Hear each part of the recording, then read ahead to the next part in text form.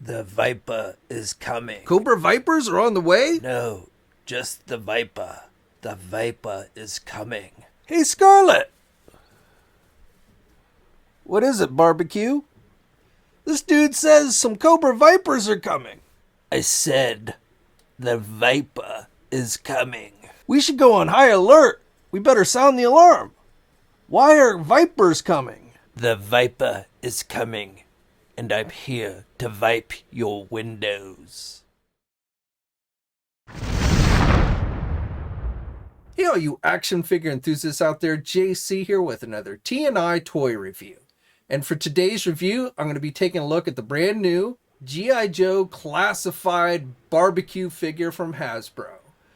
Now, this figure is being sold as a Target exclusive. It is part of the Cobra Island series. However, I am very happy to say that this is the final figure being released in that Cobra Island series. And Target will be switching over to Tiger Force and Python Patrol themed figures for their exclusives with G.I. Joe. So basically what that equates to is that this will be the final regular release character that is done as a Target store exclusive, and going forward we'll basically be seeing the repaints and such, which is what the Python Patrol and Tiger Force were back in the day. We saw the first three figures with Outback and the Viper and the Bat. We don't yet have a regular version of Outback, but that will likely come at some point. But let's go on and take a look at this new barbecue figure. And we can see that it comes in the same style of packaging that all the Target exclusives up until this point have come in. You've got the figure clearly displayed. You've got the blue box. You've got some nice artwork down here in the left corner. Over here you have the Cobra Special Missions logo. And then down below you've got the name of the character, Gabriel Barbecue Kelly, and the G.I. Joe Classified line. On this side, you again have some cool artwork for the character. This side, you just have those symbols. It is figure number 32 in the series. And then on the back there, you've just got that image of Cobra Island, again, like we've seen with all the Target store exclusives. All right, so let's get this figure open and take a look at what's inside. Okay, so here's a look at the figure outside the packaging along with all the contents. So you do get quite a few accessories, all firefighting based accessories. So first of all, you get this backpack, which is nicely detailed. On the bottom portion, you've got some really nice sculpting detail. It's done with almost a very dark grayish black type plastic. And then you've got the tanks. So I think the one in the middle has the actual fire extinguishing stuff in it, and then these smaller ones on the sides are oxygen tanks, and then it just plugs in to the back of the figure. Not a whole lot of detail on this side, but still overall pretty cool. And this middle tank has some markings on it again because I believe it's got the fire extinguishing stuff, so it's got some essentially warning labels on it. Now the figure does have this outer vest piece, which is not removable, but what that means is you do have to make sure that the hole on the vest piece lines up with the hole on the back of the figure before you plug in the actual backpack. But once you do that, the backpack plugs in nice and tight, and so you don't have to worry about it falling off or anything. Next up, we have this rather large axe, which is primarily used for, breaking through doors and walls, getting through fire hazard areas. He might occasionally take this to the head of a battle android trooper, but, primarily this is, again, for fighting fires. So this is done. You've got, again, just this very dark, almost black-like plastic. You have the grips on the handle, which is nice. You have some metallic silver finish on the edge of the axe blade, so it looks like it's actual metal. And, overall, it's pretty cool looking. Now, with the axe, this one you can actually store on the back of the backpack. So there's this little piece here that sticks out, and all you do is you just slide the handle in there, and it should clip in place fairly well. When you're handling the figure, sometimes if you hit like here, and there's a smaller axe which will fit on his leg, and I'll show you that in a minute, they'll fall out. But overall, it stays in there pretty good once you clip it into the backpack. And then, as I mentioned, you also get a smaller axe. This is more of a handheld axe, that he can hold in one hand, again, for using things like, breaking through walls or doors or such like that. You have this extra piece that sticks out on the handle with the spikes, which is done with a metallic silver. Again, you have the grips on the handle, and it is done with the same kind of darkish gray plastic like the other axe. And then the final two accessories are this gun, which isn't really a gun. It's made to essentially shoot out the fire extinguishing chemical that's in his backpack. And you also get this hose. The hose is actually a bendy type wire. I mean, it doesn't you can't bend it in super ton of poses, but it's definitely very flexible, and it'll stay curved. And what you do is you basically you go back to the backpack, this little piece that sticks out here, you plug it in on one side. It doesn't really matter which side you plug it in. It's the same kind of whole connecting piece, but you do want to make sure it pushes in all the way. And then you take the gun and then you plug it into the back of it. And then essentially that acts as the hose so that the chemical can come out of the tank and into or out through his gun so he can extinguish fires. So pretty cool looking, and he can hold it in the left or the right hand. You can stretch the hose around. It's probably better to put it in his left hand, and he actually has a trigger finger.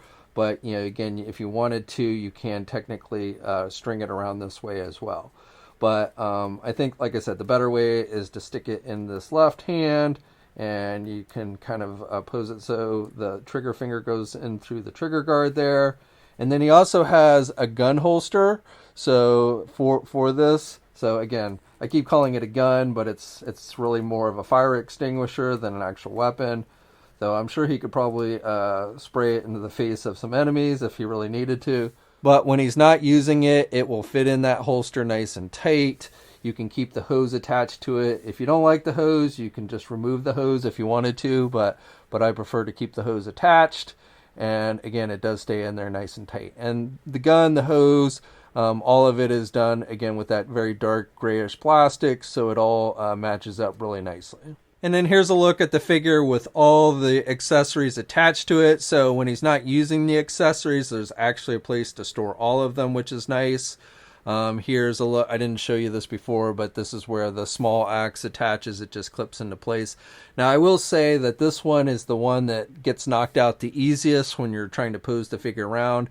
It can be a little bit of a pain because it probably fits the most loose of all the accessories, and then it's just in a place where when you're trying to pose him around, you just have a tendency to kind of bump into it. But again, it's definitely cool that they gave us a place to store everything that he comes with.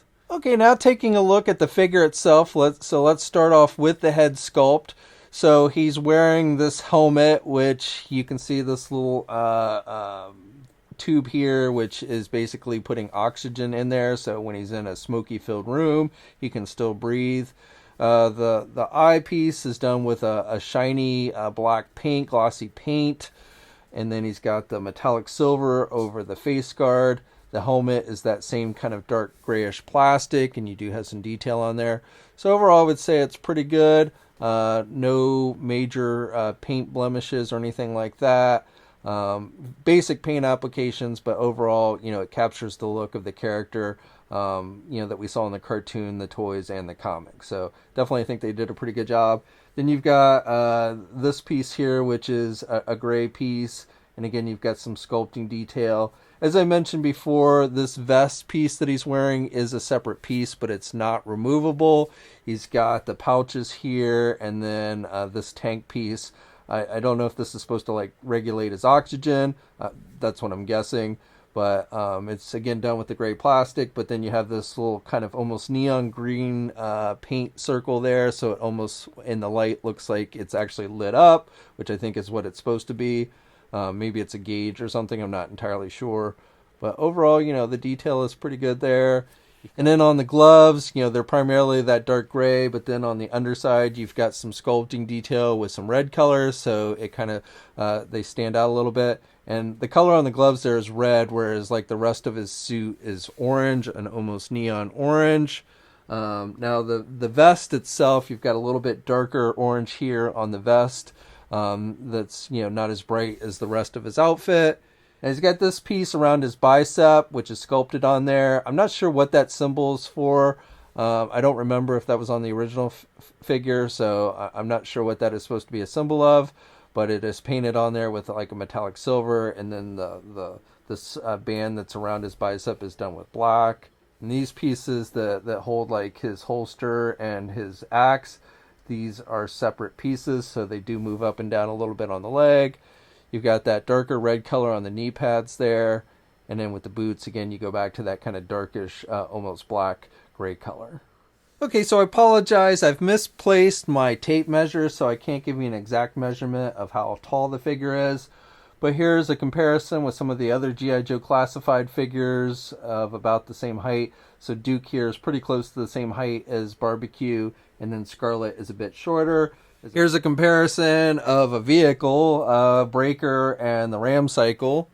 And then finally, here's a comparison with a bigger figure, the Amazon exclusive Roadblock. Okay, now let's go over the articulation. So he can turn the head all the way around, no issues there. He can look down about that much, and then he can only look up about that much, so he can only look up a little bit. And then you do get pretty decent head pivot with this one.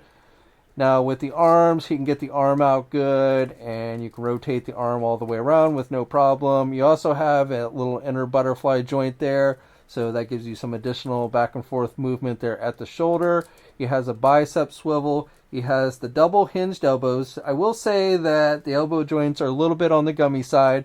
And then he has rotation with the hands, but he actually does not have hinges on the hands, so you don't really get any up or down movement. He has, I don't know if he has a midsection joint. It wouldn't matter because he's got this vest piece on, so you really don't get any kind of ab crunch. And then you do get rotation there at the waist. You can pivot a little bit. You also, the legs, here you can kind of pull down a little bit from the crotch piece. So if you pull them down, then you do get gappage there, but you can push them back up. However, I will note that these are a little bit loose here.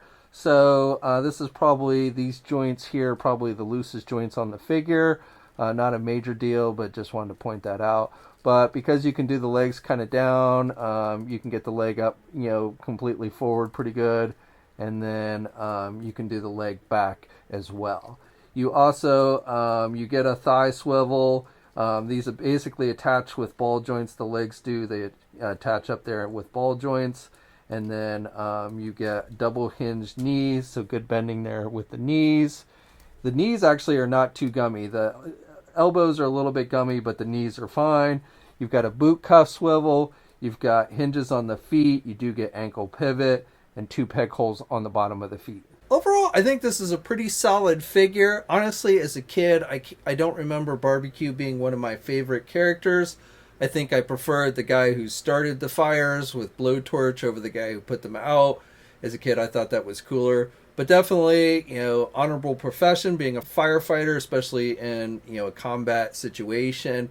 And I think Barbecue is definitely overall a pretty cool character. And Hasbro did a great job of capturing the likeness of the original figure. Cool accessories, no real issues. A little bit loose joints there at the crotch section, but that's really it. And other than just being a Target exclusive, though as far as Target exclusives go, I think this one has been pretty easy for folks to get.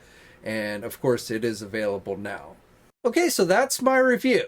Of course, I'd love to hear your own thoughts about the figure down in the comments section below. Have you been able to find this one? Let me know. As always, like this video, subscribe to the channel if you haven't already. I'd really appreciate it. And you should also hit that bell notification so you're alerted every time I upload a new video. As always, guys, stay safe out there. And until next time, I'll catch you later. Hey, thanks for watching today's video, and be sure to subscribe to the channel if you haven't already, and hit that bell notification so you're alerted every time I upload a new video. And be sure to head over to the Toy News International and Marvelous News Message Boards communities. It's a great place to talk toys and win cool contests like $100 store credits to Big Bad Toy Store. And remember, action figures are great.